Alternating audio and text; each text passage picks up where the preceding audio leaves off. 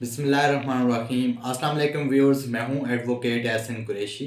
आज हम डिस्कस करेंगे कि चीफ इलेक्शन कमिश्नर या इलेक्शन कमिश्नर कौन होता है, इसकी अपॉइंटमेंट कौन करता है, इसकी क्वालिफ़िकेशन क्या होनी चाहिए, यानी कि कौन इलेक्शन कमिश्नर बन सकता है, और इलेक्शन कमिश्नर की अदम मौजूदगी में एक्टिंग इलेक्शन कमिश्नर कौन होगा या कौन हो सकता है, जो इलेक्शन कमिश्नर की एज है, एज लिमिट कितनी है, यानी कितनी साल का उसकी एज लिमिट होनी चाहिए चीफ इलेक्शन कमिश्नर, उसके ऊपर डिस्कस करेंगे। इसका हलफ कौन लेता है, इसका जो अपॉइंटमेंट का तरीक़ाकार है वो डिस्कस करेंगे। इसकी पावर्स एंड फंक्शंस को भी डिस्कस कर लेंगे, और इसको रिमूव करने का, अगर ओहदे से इसको हटाना हो तो किस तरीके से चीफ इलेक्शन कमिश्नर को ओहदे से रिमूव किया जा सकता है, हटाया जा सकता है, उसको सैक किया जा सकता है। इसके ऊपर आज हम डिस्कस करेंगे।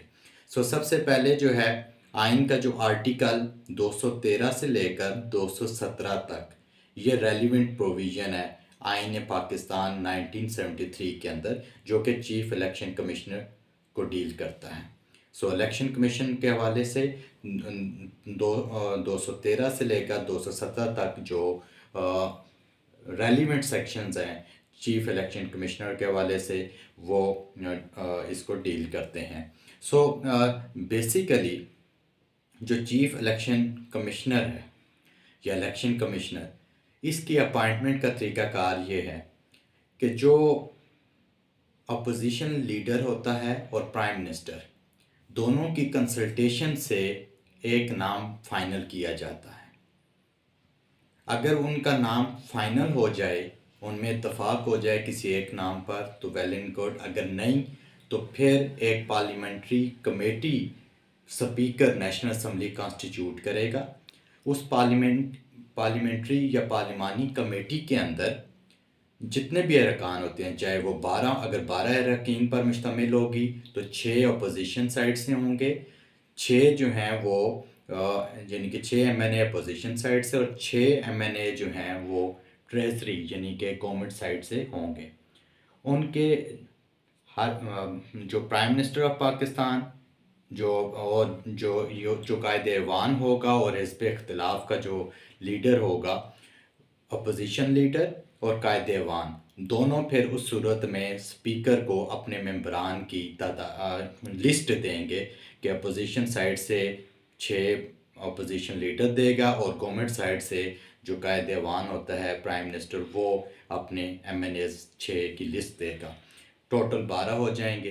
तो उन 12 को फिर दोनों आपस में, यानी कि प्राइम मिनिस्टर ऑफ पाकिस्तान और अपोजिशन लीडर, 3-3 नाम जो हैं वो 3 नाम जो है वो उनको रिकमेंड करेंगे, यानी कि 3 नाम पार्लियामेंट्री कमेटी को भेजेंगे। दोनों वो 3 नाम कौन से होंगे, जो दोनों प्राइम मिनिस्टर और अपोजिशन लीडर आपस में इत्तफाक करके 3 नाम पार्लियामेंट्री कमेटी को भेजेंगे।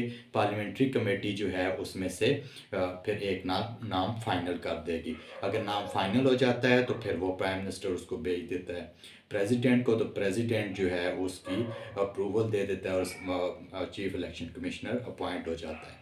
अब चीफ इलेक्शन कमिश्नर का जो ओथ है वो चीफ जस्टिस ऑफ पाकिस्तान लेते हैं। चीफ इलेक्शन कमिश्नर की अदम मौजूदगी में जो चीफ जस्टिस ऑफ पाकिस्तान है, वो किसी सुप्रीम कोर्ट के जज को बतौर इलेक्शन कमिश्नर फ़ैसला अंजाम देने के लिए अपॉइंट कर सकते हैं। ये एक्टिंग जो चीफ इलेक्शन कमिश्नर जो है वो chief justice of Pakistan supreme court के किसी जज को जो है वो नॉमिनेट कर सकते हैं कि वो एक्टिंग चीफ कमिश्नर या इलेक्शन कमिश्नर के फैसला अंजाम दे। जो एज लिमिट है, मैक्सिमम जो एज लिमिट है वो 68 ईयर्स है। 60 यानी कि 68 साल से ज़्यादा की उम्र का चीफ इलेक्शन कमिश्नर नहीं होना चाहिए। इसकी जो क्वालिफ़िकेशन है कि कौन बन सकता है, चीफ इलेक्शन कमिश्नर या तो हाई कोर्ट या सुप्रीम कोर्ट का जज होगा, या फिर हाई कोर्ट या सुप्रीम कोर्ट का जज रहा हो, वही शख्स जो है चीफ इलेक्शन कमिश्नर बन सकता है। हाई कोर्ट या सुप्रीम कोर्ट का जज हो, सिटिंग जज हो, या रिटायर्ड हाई कोर्ट या सुप्रीम कोर्ट का जज हो, वही बन सकते हैं। मगर एज लिमिट 68 ईयर्स है। 68 से 68 साल से ज़्यादा उम्र नहीं होनी चाहिए। 18वीं तरमीम के तहत जो इसका टेन्योर है वो 5 साल होता है और 5 साल के लिए ये इसको अपॉइंट किया जाता है।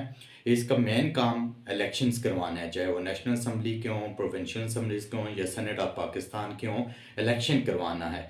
इसके अलावा उसके इलेक्टरल रोल्स यानी कि इंतखाबी फ़हरिस्तें तैयार करना भी चीफ़ इलेक्शन कमिश्नर का ही काम है। इसके अलावा इलेक्शन डिस्प्यूट यानी कि इलेक्शन में कोई अगर डिस्प्यूट हो तो ये फिर ट्रिब्यूनल अपॉइंट करता है और वो भी इसी के इख्तियार में आता है। सो इलेक्शन से रिलेटेड और भी किसी किस्म के डिस्प्यूट हों तो वो इसी के ही मतहत होते हैं। ये ट्रिब्यूनल अपॉइंट कर कॉन्स्टिट्यूट करेगा और वो उसको रिज़ॉल्व करेंगे इश्यूज़ को।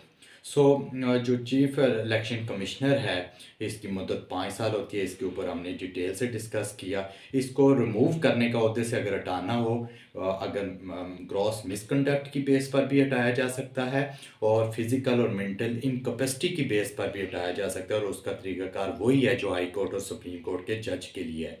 यानी कि 209 आर्टिकल कॉन्स्टिट्यूशन ऑफ पाकिस्तान का आर्टिकल 209 में डिटेल से तरीक़ाकार जो हाई कोर्ट या सुप्रीम कोर्ट के जज को ओहदे से हटाने का है वही तरीक़ाकार अडॉप्ट किया जाएगा चीफ़ इलेक्शन कमिश्नर को ओहदे से हटाने के लिए। ये आज हमने चीफ़ इलेक्शन कमिश्नर के हवाले से डिटेल से डिस्कस किया। उम्मीद है आपको ये लेक्चर पसंद आया होगा।